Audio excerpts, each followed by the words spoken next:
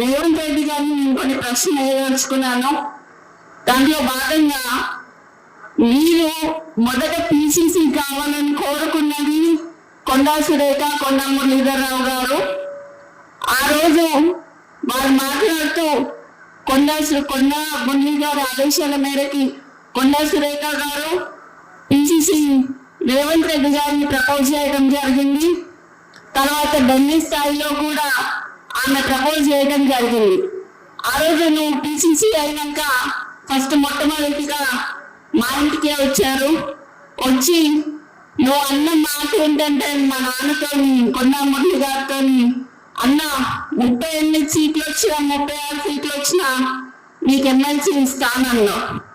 అన్నవా లేదా అనేది మా కోటగాని మైసమ్మ దగ్గరికి రా, ఎల్లమ్మ దగ్గరికి రా, శక్తివంతమైన దేవత ఆడని అనలేదని నువ్వు ప్రమాణం చేయి, అప్పుడు నేను చెప్తా.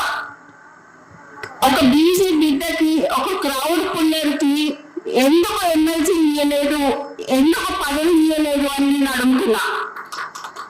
ఈరోజు నిన్నొచ్చి నెక్స్ట్ ఎలక్షన్ గురించి మాట్లాడినావు కదా, 2 ఎలక్షన్ల తర్వాత రేవంత్ ప్రకాష్ రెడ్డిని గెలిపించాలని చెప్పినావు.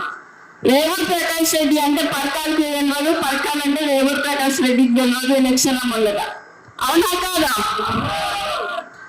ఎవరొచ్చిండు? కొండా మురళి వచ్చి తిరిగితే రేవంత్ ప్రకాష్ రెడ్డి గెలిచిండు.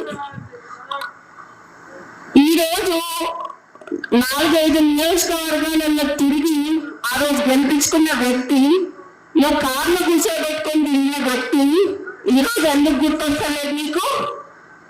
అంటే ముఖ్యమంత్రి అయితే కళ్ళు నెత్తికెక్కినాయా అని అడుగుతానా నేను. నాకు భయం లేదు. ఇవాళ పోతే రేపు 2 నాకు. ఎందుకు అని అంటే నా బిడ్డ, నా కొడుకు ఎవరైనా చూసుకుంటారు వాళ్ళని. నేను ప్రజల కోసం పనిచేసేదాన్ని, ప్రజల మధ్యలో ఉండేదాన్ని. ఈ రోజు మా నాన్న నాకు అట్లే పెంచిండు, నేను భయం లేకుండా పెంచిండు. నేనెవరికి భయపడను, చావుకి భయపడను. కానీ ఈరోజు చాలా ఈ 2 ఏళ్ళ వరకు ఉంటాయా, ఇవాళ రాజీనామా చేయమని చెప్పు. ఇవాళ రాజీనామా చేసి ఎలక్షన్లకు రా. నా ఇల్లు ఇక్కడ వంచనీళ్ళు ఉన్నది, 3 అంతస్తుల బిల్డింగ్ నీకు ఇస్తా.